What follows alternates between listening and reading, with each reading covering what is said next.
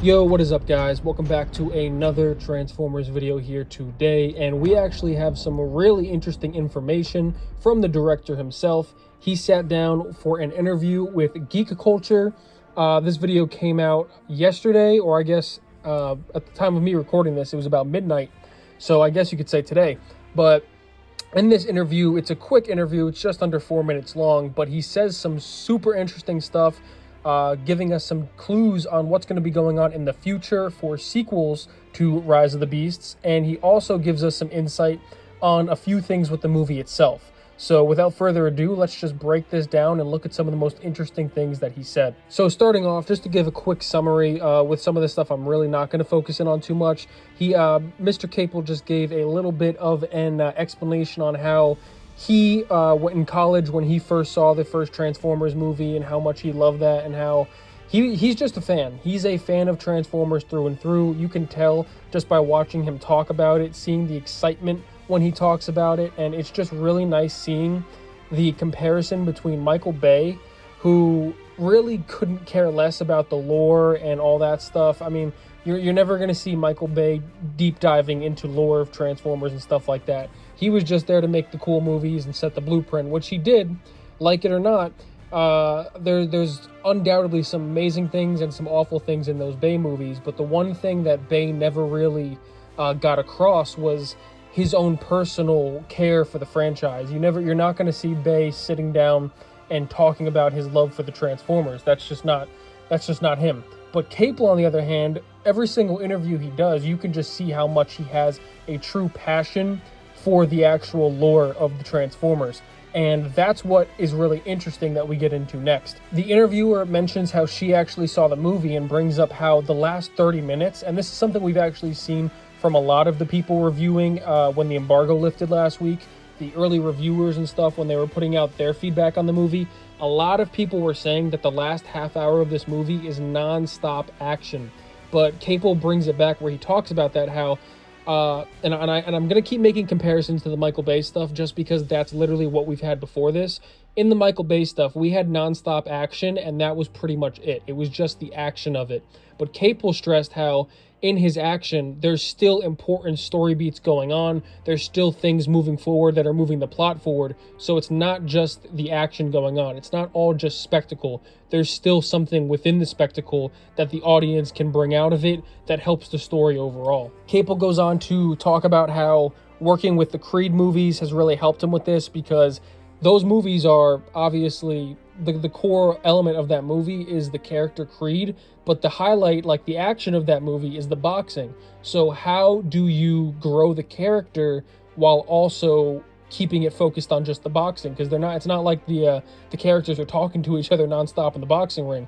You have to convey the emotion through it's up to the director to really drive the emotion through in those scenes. And he talks about how Caple mentions how these action scenes in the Transformers, just like in Creed, you're still developing the characters, developing the story, even during the non-stop action scenes, which is really great to hear. And he also mentions the villains as well, which is something I am truly happy about, because none of the Transformers movies that we've gotten so far, and I mean none, up until the Bumblebee movie, really grew any of the villains in those movies. None of the villains had really deep stories or growth throughout those movies, and that was something that a lot of people were longing for in those Bay movies, where Lockdown was probably the coolest Transformers villain that we've gotten in live action so far. But even him, he was really not in that movie that long. If you look at his actual scenes and how long it was, it's not like he had some really cool lines, but we didn't really learn much about him at all. We didn't really learn his character at all. Same thing with the rest of those. But Dropkick and Shatter in the B movie, since we stuck with them throughout the entire movie, we understood their personalities a little bit more because we spent time with them. We watched them develop. We saw their interactions with each other. Literally the one scene with Dropkick, it's like a 2-second scene when they're beating the hell out of Bumblebee, and then they trigger the hologram where Optimus says, "We're coming to Earth." And you can... This is the most emotion any Decepticon has showed in all the Transformers movies. Prime is coming here. They're all coming here. You can just feel the pure fear in Dropkick's reaction when they realize Prime is coming here. And that alone was just awesome to see, because it's those little dynamics of the Transformers that we really just haven't gotten to see before. And I really think that Caple is going to be able to pull emotion and character and passion out of even the most pointless characters we may seem like. Like, a lot of people may think Scourge is just going to be a typical big bad, but I really think Scourge is just going to have a awesome performance in this movie, and there's going to be people almost rooting for Scourge even though he's the villain. I think people are going to like him that much that people are just going to want to see him win. And we don't know what's going to happen yet. We don't know if he's going to live or die through this movie, but Scourge, his design is awesome, and based on the person making this movie, I think we have a lot of reason to be excited on where Scourge, Battletrap, and the rest of these villains, how they get developed through the course of this movie. Now we get into the really interesting stuff, where the interviewer asks him, are there any things in this that you wanted to add to this movie that you didn't get a chance to? And instantly his response is, I wanted more Predacons in the film. That was a huge piece for me. We had a lot of characters as is, so it was really tough to try to fit in the Predacon storyline. We can interpret this in two ways. We can interpret him saying, like, I wanted more and that the Predacons were what he wanted more of. Or there are Predacons in this movie, but just like maybe just a tease or something, or a mention or something like that. This is really interesting because we haven't heard anything about any Predacons being in this movie, period. They cut the one Decepticon that was going to be in the movie. Transit, he got cut. Transit fans, don't worry. Steven Caple did say he will be on the DVD extended cut if you wanted to check that out. But Transit is gone in this movie. So as far as we know, it's only Autobots, Maximals, and Terracons. We don't have any Decepticons. And obviously the antithesis of the Maximals are the Predacons. So a lot of people are wondering, where are the Predacons in this movie? Where is Megatron? Where is, or like the Beast Wars Megatron? Where are the rest of those Beast Predacons? And is this a hint that either they may be in the movie in some way? Obviously, I don't think a big role, maybe a tease or a mention towards the end. Or is this just him saying he really wanted to get them in, but he didn't have a chance to? Regardless, this is super interesting to hear. And this is the first mention we've actually had of Predacons from anything official like this. Caple goes on to say how there's already so much going on with the characters in this movie, and this actually makes me pretty relieved to hear this, because that's one of the main concerns I personally had, was how are they going to balance all of these characters and factions in this movie. But he says, like, that's his reason for not being able to include Predacons, because he couldn't fit a way to include their story where it would actually, like, make sense. And obviously, if they forced it in, it would just take away from not only the Predacons having a shunted story, and it would just take away from the story being given to everyone else, because this movie is under 2 hours, so there's only so much you could fit in here. But then Caple is about to reveal something else, but he stops himself because he says, I'm not going to reveal that because I may actually use it in the next one, in the sequel. So here it is. Does this mean that Steven Caple is getting a sequel? I would be over the moon for that, because I haven't obviously seen this movie yet. It could be, maybe it's the worst movie ever, but I'm strongly against that, based off what everyone's saying about it, based off what I know of Caple himself, based off the trailers. I think this is going to be, we're in for a great movie. People were literally saying this is the best Transformers movie ever, and that is from a lot of people. Like, you don't really see too many people. Even people that don't like the Bay movies will pretty much agree with you that Transformers 2007 is a good movie. So for the fact that most people are saying that this is even better than that, better than Bumblebee, who a lot of people also say is their favorite, these are great signs. So what does Steven Caple have in store for a sequel? He mentions Megatron later in this video, so we'll get to that. So other than Megatron, who could he have in store? So that leaves us with a very fun question to speculate on, and I want to thank Mr. Caple here, because he just gave me a bunch more videos that I can make theorizing on this, because this is going to be interesting. I don't think he's referring to Megatron, so could he be referring to, I don't think Lockdown either, even though he popped up in my head, but I'm thinking maybe Quintessons?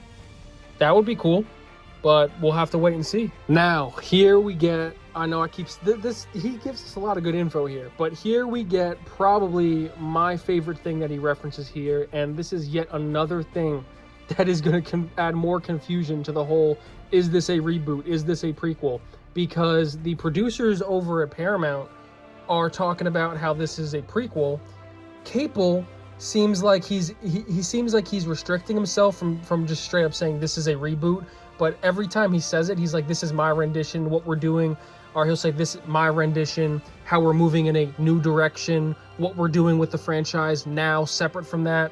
But here we go, he references, the interviewer asks him, what are some, in a possible sequel, what are some characters you would like to bring in from the animated show or from previous movies that you'd like to bring back in? And he says, G1 Megatron.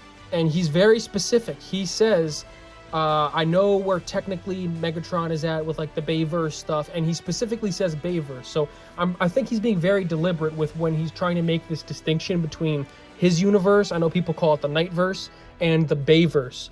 But I'm really hoping they don't, as much as I really liked it initially, based off what Caple has been talking about, I really don't want them to go in the direction of this being prequels and tie it back into the Bayverse.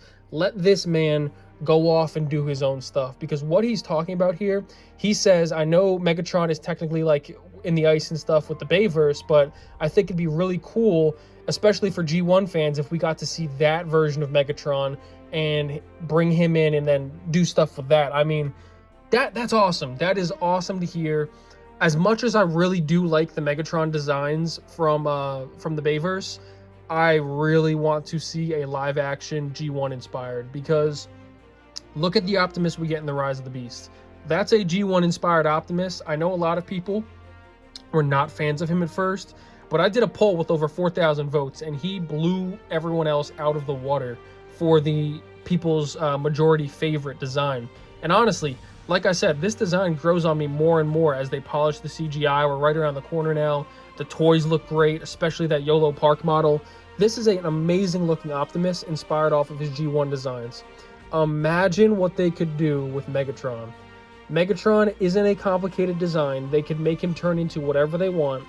He's pretty boxy and stuff, but imagine translating that to a live action form. I just think it would be ridiculously cool.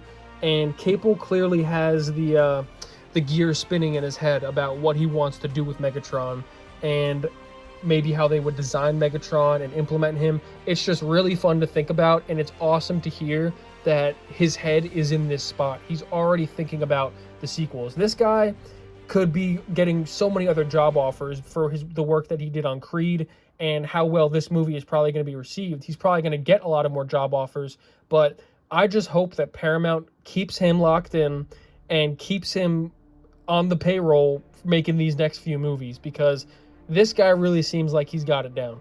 And to end off the interview, he says, he's talking about how iconic Megatron is as a villain, and I would agree. I mean, like, think about the most iconic villains of all time. I'd say number one is probably Darth Vader. I'm not saying Megatron is that high up on it, but I mean, Megatron is one of the most recognizable villains of all time. Transformers is a worldwide brand that's been around since the 80s. Even if it's not gigantic in the US at the moment, it's still gigantically popular in a lot of Asian countries. China, Japan, all of those countries love Transformers. Hungary, all these countries outside of the US go crazy for the Transformers market. So Transformers has never lost popularity, and Megatron has never not been one of the most iconic villains, period. So Steven Caple's right. And then he ends off by saying, it's been too long since we've gotten to see Megatron. Obviously talking about it's been too long since we've seen him in live action. And if we're really thinking about it, how many years has it been? What would it be, 2017? Is that the last time we saw him? I'm trying to think. Is that when The Last Night came out? I believe it is. The Last Night, I believe, came out in 2017. So we're going on about 6 years of not seeing Megatron. So take that as what you will. We're getting Megatron in this sequel. Fingers crossed we get it. Fingers crossed that the box office absolutely blows out of the water. And I hope this movie makes 100 mil opening weekend. It's projecting around 70, 75. I think we can get to 100. And I think this movie can very easily surpass 600 worldwide, which would be a very big success and a very good sign on a $200 million budget. So go out there, see the movie twice, see it 3 times, because I know a lot of us Transformers fans are going to. I cannot wait to see it on June 7th. We are 8 days away, or I am 8 days away, 9 days away from the official global release. Most people in the US can see it on the 8th. So let me know what you guys think in the comments down below. Likes, dislikes, anything is appreciated. We're ready for the rise of the beasts, and until next time, peace.